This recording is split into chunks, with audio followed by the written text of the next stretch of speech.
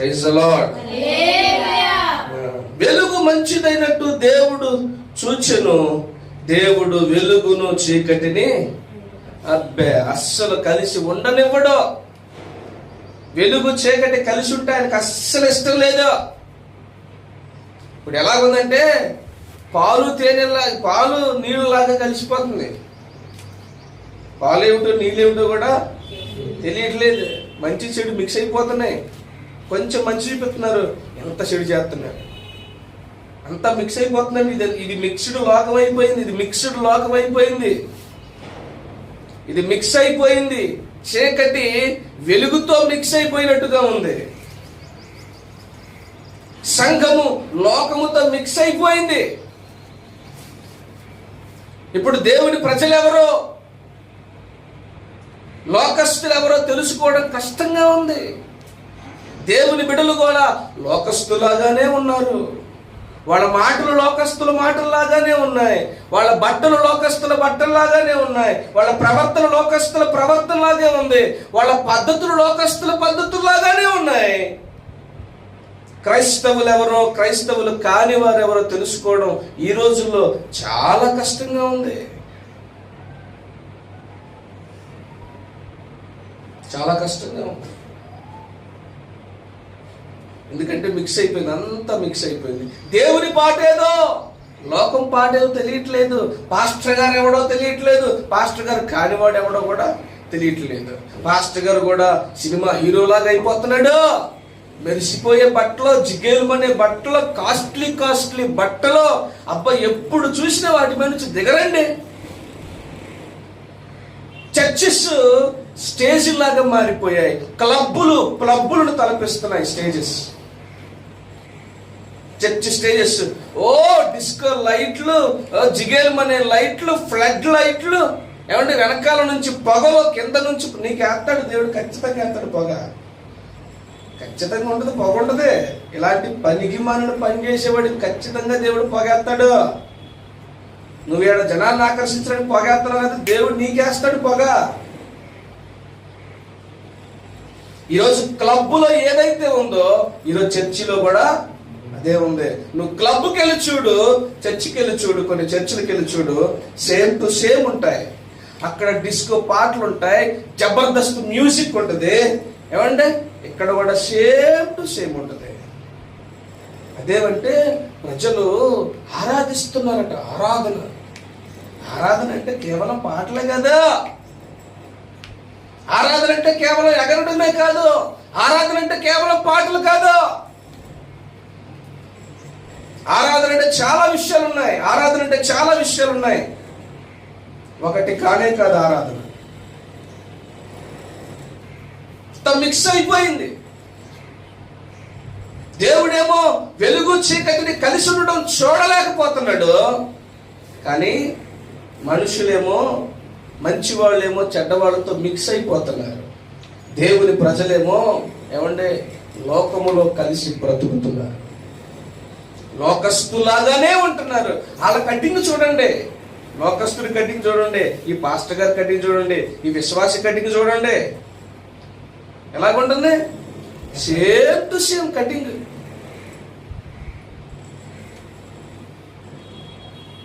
Same, బట్టలు కూడా same. జిగేలుమనే బట్టలు మగవాళ్ళు వేస్తే ఒంటికి అతుక్కుపోయే బట్టలు ఆడవాళ్ళు వేస్తున్నారు.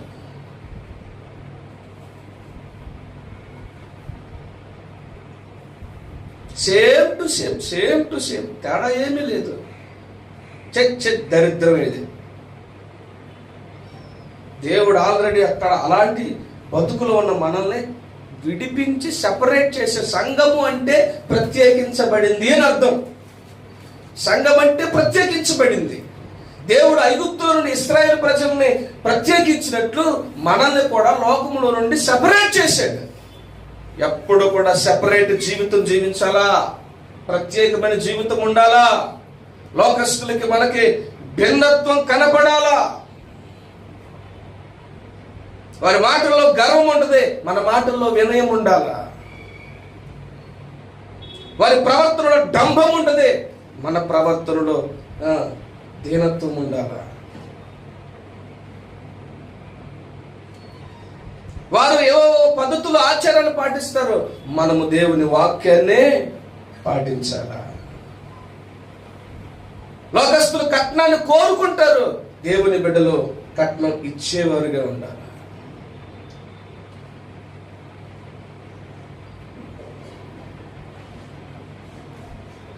కలిసిపోయింది, మిక్స్ అయిపోయింది, బాగా మిక్స్ అయిపోయింది.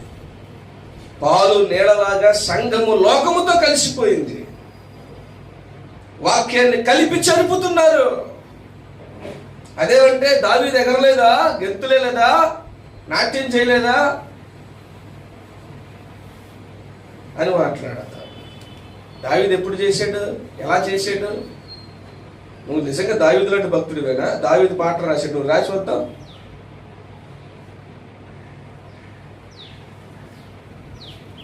దావీదు వీరుడు, శూరుడు. ఏది నువ్వు చేయి, ఫైటింగ్ చూద్దాం. దావీదు ఎందుకు చేశాడు? మందసము, దేవుడి మందసం, దేవుడు మహిమ నివసించే స్థలము. ఆ మందసం తన ఊరు వస్తుంటే, తన గ్రామం వస్తుంటే పరవశించిపోయి నాట్యం చేశాడు. అసలు తాను ఎంత నాట్యం చేస్తున్నా కూడా తనకి తెలియనట్లుగా నాట్యం చేశాడు. మైమరచిపోయాడు. ఈరోజు మైమరచిపోతున్నారా? ఏలలో, కేకలో, గోళలో, డాన్సులు.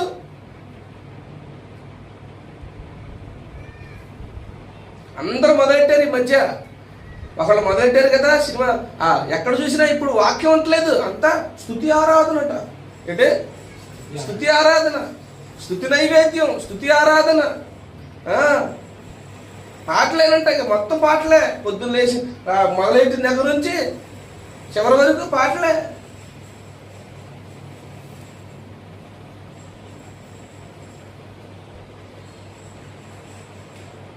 బైబిల్లో పాటలు ఒకటే లేవు, పాటలతో పాటు చాలా ఉన్నాయి.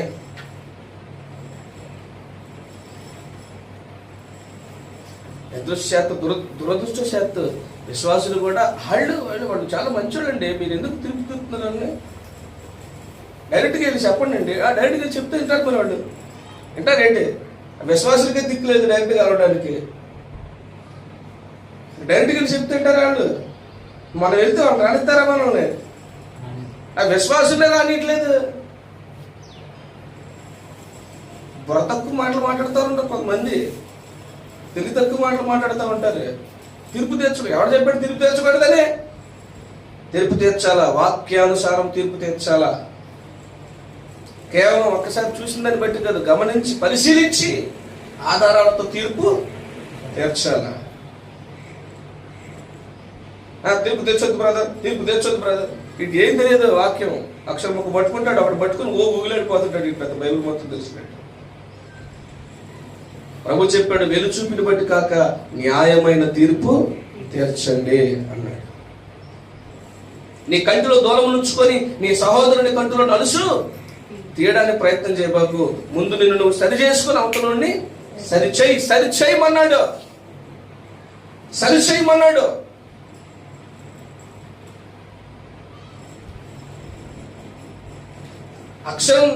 అక్షరం మొక్క తెలియదు. పాటలు వచ్చు అంతే, పాటలే వచ్చు, వాక్యం రాదు. ఈ జనాభాకి అంతా కూడా ఇక పాటలే వచ్చు, ఇక వాక్యం రాదు. ఇక క్లబ్కి వెళ్ళి కాసేపు ఎగురొచ్చినట్టు ఆ స్తుతి ఆరాధన కూడికి వెళ్తారు, స్తుతి నైవేద్యం కూడికి వెళ్తారు, ఇంకో దానికి ఇంకో వర్షిప్ దగ్గరికి వెళ్తారు.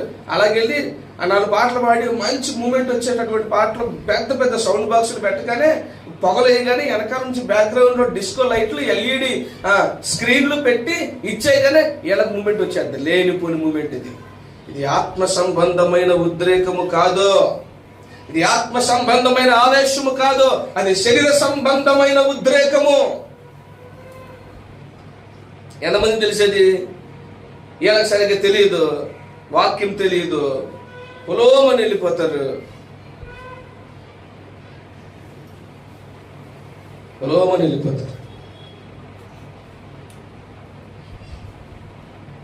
దేవుడు వెలుగును చీకటిని వేరుపరిచాడు.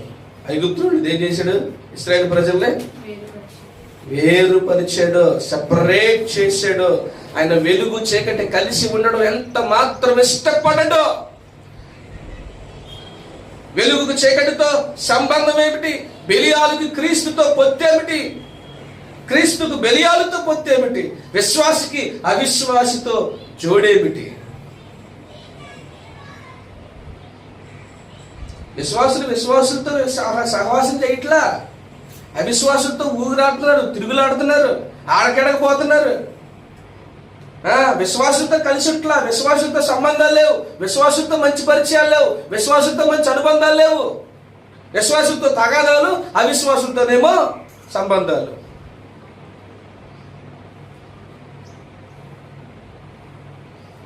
ఇది పాపిష్టితనం, పనికి మాలినతనం, పతనమైనటువంటి జీవితానికి ఇది నిదర్శనం. విశ్వాసులతో జోడిగా ఉండాలా. విశ్వాసం దగ్గరికి వెళ్తే వాళ్ళు విశ్వాస మాటలు మాట్లాడతారు, దేవుని గురించి మాట్లాడతారు. యెహోవా యందు భయభక్తులు కలిగిన వారు మాట్లాడుకొనుచుండగా ఆయన చెవియొగ్గి మాట్లాడాల్సింది ఎవరితో? కబుర్లాడాల్సింది ఎవరితో? ఊసులాడాల్సింది ఎవరితో? ఎవరితో పడితే వాళ్ళతో కాదు ఊసులాడటం. దేవుని బిడ్డలతో సమయం గడపాలా, వాళ్ళతో సహవాసం చేయాలా, వాళ్ళతో మంచి అనుబంధం కలిగి ఉండాలా, వాళ్ళ ఇంటికి వెళ్ళాలా, వాళ్ళతో మాట్లాడాలా, కూర్చోవాలా. ఏమంటే ఇవన్నీ ఉండాలా. సంఘం వీళ్ళకు విశ్వాసులు ఒకరికొకళ్ళు దెబ్బలాడేసుకుంటున్నారు. ఒకరంటే ఒకళ్ళకి గిట్టదు, ఒకరంటే ఒకళ్ళు నచ్చదు. ఏ విశ్వాసం ఏంటో మరి ఈ దిక్కుమాలిన విశ్వాసము, దిక్కుమాలినటువంటి భక్తి.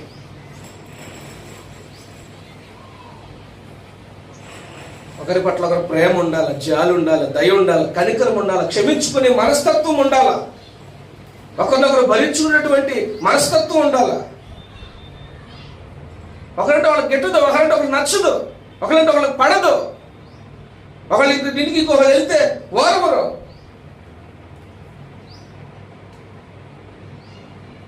ఏంటి పనికి మళ్ళీ తలం కాకపోతేను. విశ్వాసుల దగ్గరికి నేను రక్షించబడిన మొదట్లో నాకు ఫ్రెండ్స్ ఉన్నారు, నాకు ఫ్రెండ్స్ లేరని కాదు, నేను వాళ్ళతో మాట్లాడలేదని కాదు. వాళ్ళతో నేను ఎంతవరకు మాట్లాడాలో అంతవరకు మాట్లాడతాను.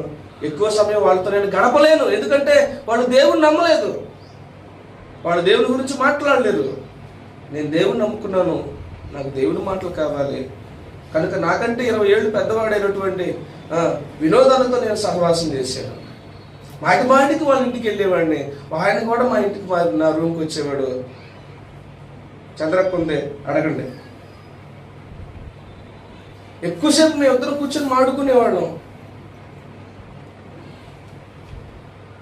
ఇంటికి వెళ్తే ఎక్కడ ఆత్మీయులు దొరుకుతారో అని ఎదురు చూసేవాడిని. ఆత్మీయులు ఆత్మ సంబంధంగా మాట్లాడతారు, భక్తి విషయాలు మాట్లాడతారు, లోకస్తులే మాట్లాడతారు, దిక్కుమాల విషయాలు మాట్లాడతారు. వాళ్ళు లోకస్తులు కాబట్టి లోక సంబంధమైన వాటి గురించి మాట్లాడతారు.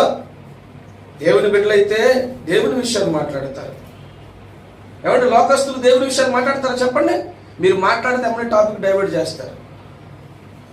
వాళ్ళతో నువ్వేం భక్తి చేస్తావు? వాళ్ళతో కలిసి నువ్వు సహవాసం చేసినప్పుడు నీ భక్తి ఏమవుతుంది? దిగజారిపోతే భక్తిహీనుడు అవుతావు, భక్తిహీనురాలు అవుతావు. సంభాషించుకోవాలి, దేవుని బిడ్డలతో సంభాషణ చేయాలి, దేవునితో ఒకరితో ఒకరు మనసు కలిసి ఉండాలి. దేవుని బిడ్డలో విరోధం ఉండకూడదు, శత్రుత్వం ఉండకూడదు, ఒకరితో ఒకరు మనసు కలిసి ఉండాలి, ఒకరినొకరు క్షమించుకోవాలి, ఒకరినొకరు అర్థం చేసుకోవాలి. దేవుని బిడ్డలు ఒకరినొకరు ప్రేమించుకోవాలి, ఒకరినొకరు గౌరవించుకోవాలి. ఒకరి ఎదుట ఒకరు దీన మనసు వస్త్రము ధరించుకొని ఉండాలి. ఎవరికి వారు గేరబొగుడిలాగా ఉండకూడదు, గర్విష్ఠులాగా మాట్లాడకూడదు, తమను తాము తగ్గించుకోవాలా.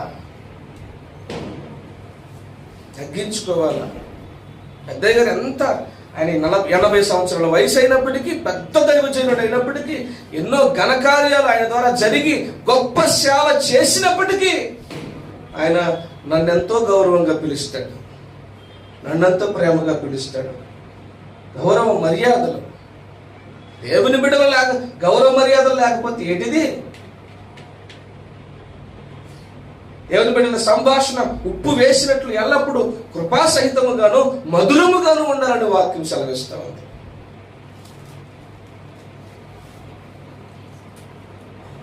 పెద్దగారితో గంటలు మాట్లాడతాను నేను. మా ఊరిలో మా తాతయ్య ఉన్నాడు, ఆయన చనిపోయాడు, ఆయన దైవజనుడు, ఆయనతో గంటలు ముసలాయన 70 ఏళ్ళు ఆయనకి. నాకేమో 25 ఏళ్ళు. ఆయన 70 ఏళ్ళు, నాకు 25 ఏళ్ళు. పోయి కూర్చొని గంటలు మాట్లాడతాను నేను. ఆయన సేవకుడు, నేను సేవకు సమర్పించుకున్నాను. ఆయనతో ఎటు కూర్చొని మాట్లాడేవాడిని. గంటలు గడిచిపోయాయి. నిన్న కూడా పెద్దయ్య గారికి ఫోన్ చేశాను. సింపుల్ గంట అయిపోయింది. సింపుల్ గంట. ఒకరినొకరు ఎన్నో విషయాలు మాట్లాడుకున్నాం. బాబు థ్యాంక్స్ బాబు ఫోన్ చేసినందుకు. లేదయ్య గారు నేనే మీకు థ్యాంక్స్ చెప్పాలి. ఎన్ని మాడుకున్నామో, ఎన్ని సంభాషించుకున్నాం. నేను ఎవరికి అర్థం కాదు బాబు. నా భాష నా భాష నాలాంటి అర్థమైంది. పక్షి భాష పక్షికే అర్థమైంది. పిచ్చోడికి అర్థమవుతాడు అని ఆయన. నేను కూడా అలాగే అయ్యారు. లోకస్తులకు మేము పిచ్చోడమే. దేవుని బిడ్డలకే దేవుని బిడ్డల విలువ తెలుస్తుంది. దేవుని బిడ్డలకే దేవుని బిడ్డల విలువ తెలుస్తుంది. గంట సేపు మాడుకున్నాం. సింపుల్గా అయిపోయింది టైం. ఇంకా 1 గంట అయింది బాబు, ఉంటాను. టైం అయింది కాబట్టి పెట్టేశాడు ఆయన. లేకపోతే ఇంకొక గంట పడేదే. ఆయన ఎక్కువ మాట్లాడతాడు, నేను ఎక్కువ మాట్లాడతాను. మేమిద్దరం ఆడుకుంటాం, ఎన్నో విషయాలు చెప్పుకుంటాం, ఊసులాడుకుంటాం. దేవుడికి స్తోత్రం. ఏమాడుకుంటాం? ఊసులు. దేవుని బిడ్డలు. మా ఫ్రెండ్ ఉన్నాడు, నా ఫ్రెండ్ సురేష్ అన్న. ఆయన బిజీగా ఉంటాడు. ఎవరు బిజీ? నేను ఇంటి దగ్గర ఖాళీగా ఉండేవాడిని. పని లేనప్పుడు ఇంటి దగ్గర ఉండేవాడిని. ఆయన తగ్గ ఎప్పుడు పోవాలని చూసేవాడిని. ఎప్పుడు కలవాలని. ఇప్పటికైనా ఇంటికి పోతే ఖచ్చితంగా ఆయన కలుగుతాను. మేమిద్దరం కూర్చున్నామంటే టైము దొరికిపోతుంటుంది అంతే. ఎందుకంటే మా సంభాషణలో ప్రభు ఉంటాడు, పరిశుద్ధత ఉంటుంది, పవిత్రత ఉంటుంది. వాక్యం గురించి మాట్లాడతాం, విశ్వాసం గురించి మాట్లాడుకుంటాం, పరిచర్య గురించి మాట్లాడుకుంటాం, సంఘం గురించి మాట్లాడుకుంటాం. ఎన్నో విషయాలు మేము ఆడుకుంటూ ఉంటాం. మా మధ్యలో ప్రభు వీళ్ళు ఏం ఆడుకుంటున్నారా అని వచ్చి శ్రద్ధగా ఇంటాడు. వచ్చాను. విశ్వాసులతో జోడుగా ఉండాలి, అవిశ్వాసులతో జోడుగా ఉండకండి. ఎవరితో ఎంత సమయం గడపాలో తెలుసుకోండి, నేర్చుకోండి.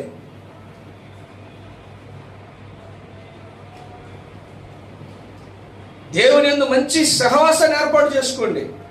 సహవాసములతో మంచి అనుబంధం కలిగి ఉండండి.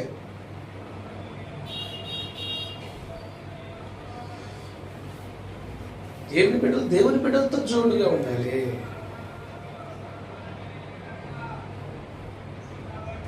దేవునికి స్తోత్రం కలుగును. దేవుడు ఏం చేశాడంటే వెలుగును చీకటిని వేరు చేసి పడేశాడు, సెపరేట్ చేశాడు. నిన్ను నన్ను లోకంలో నుంచి సెపరేట్ చేశాడు. ఆ సెపరేషన్ కొనసాగించాలి చచ్చేంత వరకు. వీళ్ళు ఎవరో కలవరు బాబు. మరి కలవ, మరి ఏం చేస్తాం? మరి దేవుడు అలా చెప్పాడు. మరి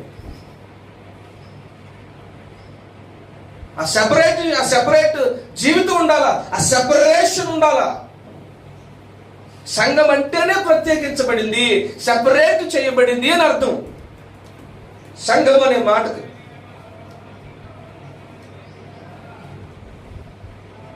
దేవునికి స్తోత్రం కలుగునుగాక. దేవుడు చీకటిని ఉంచడు, ఖచ్చితముగా వేరుపరుస్తాడు. నీ అంతటి నువ్వు వేరు కాకపోతే బలవంతంగానైనా వేరుపరుస్తాడు. నీ అంతటి నువ్వు వేరు కాకపోతే నువ్వు వెలుగువి, వెలుగుతో కలిసి ఉండాలి. వెలుగైనటువంటి దేవుడితో కలిసి ఉండాలి, వెలుగైన క్రీస్తుతో కలిసి ఉండాలి, వెలుగైన వాక్యంతో కలిసి ఉండాలి. సాయంత్రం చెప్తాను వెలుగంటే ఏంటనే. వెలుగుతో మమేకమవ్వాలి, వెలుగు సంబంధులుగా బ్రతకాల. చీకటి మనలో ఉండకూడదు. చీకటి ఏం చేస్తాడు దేవుడు? నీలో పాపం ఉందనుకో, నీలో వాక్య విరుద్ధమైన ప్రవర్తన ఉందనుకో చూస్తాడు. సరి చేసుకుంటుందేమో, దిద్దుకుంటాడేమో, మార్చుకుంటాడేమో అని చూస్తాడు. దేవుడు సమయం ఇచ్చిన తర్వాత మార్చుకోకపోతే రంగంలోకి ఆయనే దిగుతాడు, బలవంతంగా సపరేట్ చేస్తాడు నీలో ఉన్న పాపాన్ని. అప్పుడు నొప్పి కలిగిద్ది నీకు, అప్పుడు బాధ కలిగిద్ది, అప్పుడు కెవ్వుమంటావు, కేకలేస్తావు, అరిచేస్తావు, ఏడుస్తావు, గోల చేస్తావు. అయినా కానీ మరి నీ లోపల ఉన్న క్యాన్సర్ పుండు తీయకపోతే కుదరదు కదా. కోసి పడేయాల్సిందే.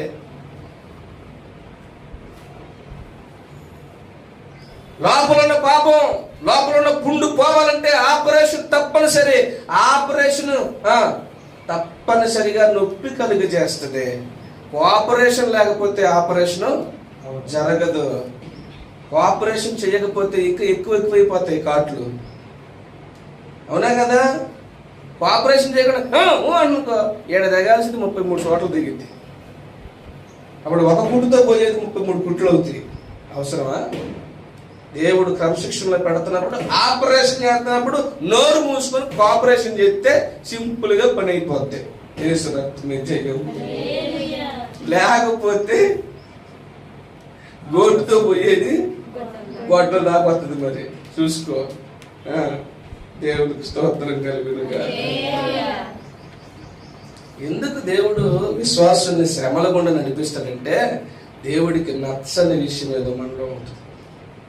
అందుకే దేవుడు మొట్టికలేసి కొట్టి చెక్ చేస్తా ఉంటాడు, దెబ్బలేస్తూ ఉంటాడు. అందుకే శ్రమలు మనకి. అసలు నువ్వు ఆ జోలికి పోకుండా బుద్ధిగా ఉన్నావంటే నీ జోలికి ఏ శ్రమ రాదు, నీ జోలికి కష్టము రాదు. వాడితో ఇంకే పని. నువ్వు చక్కగా ఉన్నావు కదా. నువ్వు చక్కగా ఉంటున్నప్పుడు ఇంకా నీకు శ్రమతో పని లేదు. నువ్వు చెప్పిన వెంటనే లోపడుతున్నావు, వాక్యానుసారంగా బ్రతుకుతున్నావు, యథార్థంగా ఉంటున్నావు, పరిశుద్ధంగా ఉంటున్నావు, వినయం కలిగి ఉన్నావు, భక్తి కలిగి ఉన్నావు, నమ్మకంగా ఉంటున్నావు. ఇంక నీకేంటి శ్రమ? శ్రమ ఊరికే రాదు, కష్టం ఊరికే రాదు. మనల్ని దిద్దడానికే వస్తుంది, మనల్ని మార్చడానికే వస్తుంది, మనల్ని సరిచేయడానికే వస్తుంది, సరిదిద్దడానికే వస్తుంది. అది ఏ రూపంలోనైనా వస్తుంది. ఆ కష్టం ఎందుకు వచ్చింది, ఆ నష్టం ఎందుకు వచ్చింది, ఆ బాధ ఎందుకు వచ్చింది, ఆ శ్రమ ఎందుకు వచ్చిందని మనం కూర్చొని తగులుబడిగా ఆలోచించి, ఓకే ఇది ప్రభువా నన్ను క్షమించు,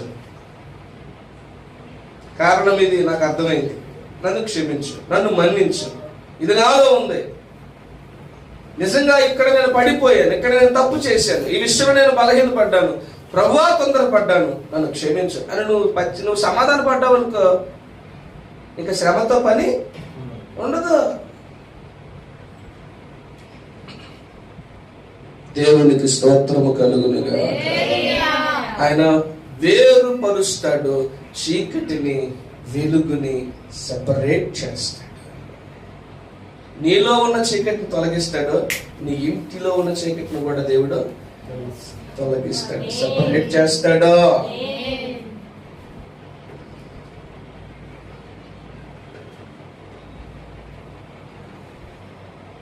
దేవుడు వెలుగును చీకటిని వేరుపరచును. దేవుడు వెలుగునకు పగలనియు చీకటికి రాత్రి అనియు పేరు పెట్టెను. చీకటికి ఏంటట? రాత్రి, వెలుగుకి పగలు అని పేరు పెట్టాడు. ఆ తర్వాత అస్తమయమును ఉదయమును కలుగగా ఒక దినమాయను. ఎందుకని ఉదయము అస్తమయము అనాలి కానీ అస్తమయము ఉదయము అని ఎందుకు రాశారు? ఇప్పుడు డౌట్ వచ్చిందా? ఫస్ట్ ఏమవుతుందండి? ఉదయము సాయంకాలం కదా, కానీ ఇక్కడ ఏమంటున్నారు? సాయంకాలము ఉదయము అన్నప్పుడు ఒక రోజు గడిచిందట. ఎందుకంటే ఇశ్రాయేలు ప్రజలకి, యూదులకి ఒక రోజు సాయంకాలమే ప్రారంభమైంది. వాళ్ళకి రోజు సాయంకాలం ప్రారంభమైంది. మనకు ఉదయం ప్రారంభమైతే వాళ్ళకి సాయంకాలం ప్రారంభమవుతుంది. గురువారం రాత్రి 6 గంటలకే శుక్రవారం వచ్చేస్తాయి వాళ్ళకి. అర్థమవుతుందా మీకు? గురువారం సాయంకాలం 6 అయితే వాళ్ళకి ఏమొస్తుంది? వాళ్ళ డేట్ మారిపోద్ది, శుక్రవారం వచ్చేది. అది అందుకని దావీదు మీరు కీర్తన చూస్తే 3 సార్లు ప్రార్థన చేస్తాడట. ఎవరు ప్రార్థన చేస్తాడట? సాయంకాలమున, ఉదయమున, మధ్యాహ్నమున అంటాడు. అదేంటి? ఉదయం మధ్యాహ్నం సాయంకాలం అనాలి కదా. కానీ దావీదు ఏమంటాడంటే సాయంకాలమున, ఉదయమున, మధ్యాహ్నమున అని అంటాడు. అంటే వాళ్ళకు రోజు ప్రారంభమయ్యేది సాయంకాలం, రోజు ప్రారంభములోనే దేవుడి సన్నిధికి వెళ్తాడట. సాయంకాలమున ఏడుపు వచ్చినను ఉదయము సంతోషము కలుగును అని రాయబడింది. ఇలా చాలా ఉన్నాయి. సాయంకాలం వాళ్ళకి యూదులకి సాయంకాలమే ప్రారంభమవుతుంది ఒక రోజు. మనకు అలా కాదు, మనకి వేరుగా ఉంటుంది. యూదులకి మాత్రం ప్రత్యేకంగా ఉంటుంది. ఎందుకు సాయంకాలమే అంటే వాళ్ళు ఐగుప్తులో నుండి సాయంకాలమే బయలుదేరి బయటికి వచ్చారు కాబట్టి. నిర్గమకాండం 12వ అధ్యాయం మనం గమనిస్తే వాళ్ళు సాయంకాలమే అందులో నుండి ఐగుప్తులో నుండి బయటికి వచ్చారు. అందుకని అప్పటి నుంచి వాళ్ళకు రోజు మొదలైంది.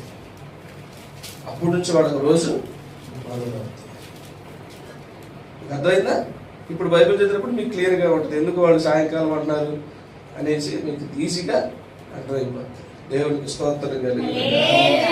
ఇకపోతే నీ జీవితములో అస్తమయము అవుతుంది, చీకటి తొలగిపోతుంది, అంధకారం తొలగిపోతుంది, ఉదయము కలుగుతుంది. ఉదయం తప్పనిసరిగా వస్తుంది, మేలు తప్పనిసరిగా వస్తుంది, ఆశీర్వాదం తప్పనిసరిగా వస్తుంది, దీవెన తప్పనిసరిగా వస్తుంది. రాత్రి గడిచిపోయి తప్పనిసరిగా తెల్లవారుతుంది. దేవునికి స్తోత్రం కలుగునుగాక. హల్లెలూయా.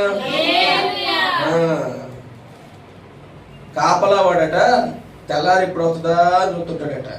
అంతేగాని బలవంతంగా వాడు తెల్లారుతాడా? వాడు ఏమైనా చేస్తే మాత్రం తెల్లారుతుందా? ఏం చేస్తాడు? ఓపిక దుప్పి నీటి వాగుల కొరకు ఎదురు చూచినట్లు, ఆశపడినట్లు, కావడివాడు ఉదయము కోసము ఎదురు చూచినట్లు నా ప్రాణము నీ కొరకు కనిపెట్టుచున్నది. ఈ చీకటంతా పోయి ఉదయం వచ్చేదాకా మనం ఏం చేయాలట? కనిపెట్టుకొని ఉండాలా, పని కట్టుకొని కనిపెట్టుకోవాల. ఏం చేయాలా? పని కట్టుకొని మరి కనిపెట్టుకోవాల. ఈ చీకటంతా తొలగిపోయేలాగా, ఈ సాయంకాలం అస్తమయం అయిపోయి ఉదయం కలిగేలాగా యేసు రక్తమే జయం. కనిపెట్టుకొని కనిపెట్టుకొని కనిపెట్టుకొని ఉండాలి. వాచ్మెన్ డ్యూటీ చేశారు కదా మీరు? నైట్ డ్యూటీ చేశారా? నేను కూడా చేశాను వాచ్మెన్ డ్యూటీ. ఒక డ్యూటీ చేస్తానే ఇంకో డ్యూటీ కూడా చేశాను హైదరాబాద్లో ఉండగా. రక్షించబడిన కొత్తలో ఒక అపార్ట్మెంట్లో నైట్ డ్యూటీ చేశాను. నేను చేశాను. ఎప్పుడు తెల్లంతా చూసేవాడిని. అర్ధరాత్రి 12 వరకు మెలుగుకుండేవాడిని, తర్వాత పడకేసేవాడిని. ఏం చేయాలా? వాస్తవానికి మెలుగుగా ఉండాలి కదా, పడకేసేవాడిని. మళ్ళీ తెలిసేస్తే కదా మరి మనకి పడుకోకూడదని సంగతి తెలియదు. శుభ్రం పడుకునేవాడు. ఆడు చూసాడు కెమెరాలో, ఏట్రా నువ్వు పడుకుంటున్నావు. అలాగన్న తర్వాత పుస్తకం తీసుకొని చదువుకుంటా ఉండేవాడు. తెల్లారింది పుస్తకం ఎప్పుడు తెల్లారిందా అని చూసేవాడు. నైట్ డ్యూటీ చేశాను నేను. ఆంధ్రజ్యోతి ప్రెస్లో, ప్రశాంత్ నగర్లో నైట్ డ్యూటీ చేశాను. పగలు మెడ్ ప్లస్లో చేసి రాత్రి ఆంధ్రజ్యోతి ప్రెస్లో చేసేవాడు. ఆ లోపల పోతే తెల్లారిందో లేదో కూడా తెలియదు మనకి. ఒకటే పని, ఆ రీళ్లు అలా నెట్టాలా, అది కుయ్యాలా, ఈ కడగాల, పేపర్ చాలా పని. రెస్టే ఉండదు, నిద్ర అనే మాటే ఉండదు అక్కడ. పని లేకపోతే వచ్చేది కుడుపు, పని లేకపోతే కురిపించేది. అలా చూసేవాడు. ఎదురు చూస్తే ఖచ్చితంగా 4ంటికో 5ంటికో డ్యూటీ అయిపోయేది. ఇంకా తెల్లారేది కాదు. ఒక్కడనే బయలుదేరి వచ్చేవాడిని ఇంటికి, రూమ్కి. దాదాపు ఒక 2 కిలోమీటర్న్నర 2 కిలోమీటర్లు ఉండేది ఆఫీస్ నుంచి. పక్కనే అలాగే చేపట్లో నడుచుకుంటూ వచ్చేవాడిని. ఇంటికి వచ్చి 5:30 అయ్యేది, 5:30 అయ్యేది. పడుకుని పోయేవాడిని. మళ్ళీ లేవాలా, 2 గంటలే పడుకునేవాడిని. మళ్ళీ 8 గంటలకు డ్యూటీ ఆడ. మళ్ళీ 7:30కి లేచి అప్పటికప్పుడు 7:30కి లేచి మా బామ్మర్ది ఉండేవాడు, అంత వంట చేసిపోయేవాడు. ఆయన సాక్షిలో పనిచేసేవాడు. ఆయన వంట చేసిపోయేవాడు. అర్ధ గంటలో 7:30కి లేచేవాడిని, అర్ధ గంటలో రెడీ అయిపోయి క్యారేజ్ పట్టుకొని 8 గంటలకల్లా ఆఫీస్లో ఉండేవాడు. మళ్ళీ అక్కడ అంతా పగలంతా డ్యూటీ చేసేవాడు. మధ్యాహ్నం ఇంటికి వచ్చేవాడిని కాదు. మనం మొద్దు గబగబా తినేసి అక్కడే పడుకునేవాడిని. మళ్ళీ 2 కాగానే వచ్చేవాడు, అందరూ వచ్చేవాళ్ళు, లేపేసేవాడు. ఆ మూటలు ఈ మూటలు మోసి మళ్ళీ సాయంకాలం ఇంటికి వచ్చి మళ్ళీ 9 గంటలకి ఆఫీస్కి వెళ్ళాలి. మామూలుగా అట్లా నేను రోజు చేశాను. సన్నగా అయిపోయాను. నిద్ర జస్ట్ 2 hours నేను పడుకునేది. రోజుకు 2 గంటలు పడుకున్నాను. జస్ట్ 2 గంటలు ఒక నెల అంతా చేశాను నేను.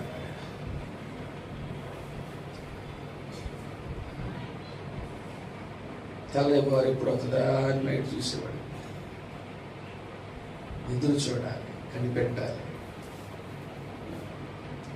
అస్తమయం అయిపోయి ఉదయం వచ్చే వరకు, సాయంకాలం తెల్లవారే వరకు ఏం చేయాలి? ఓపికతో కనిపెట్టుకొని ఉండాలి. కనిపెట్టుకొని ఉండాలి. ఎదురు చూడాలి.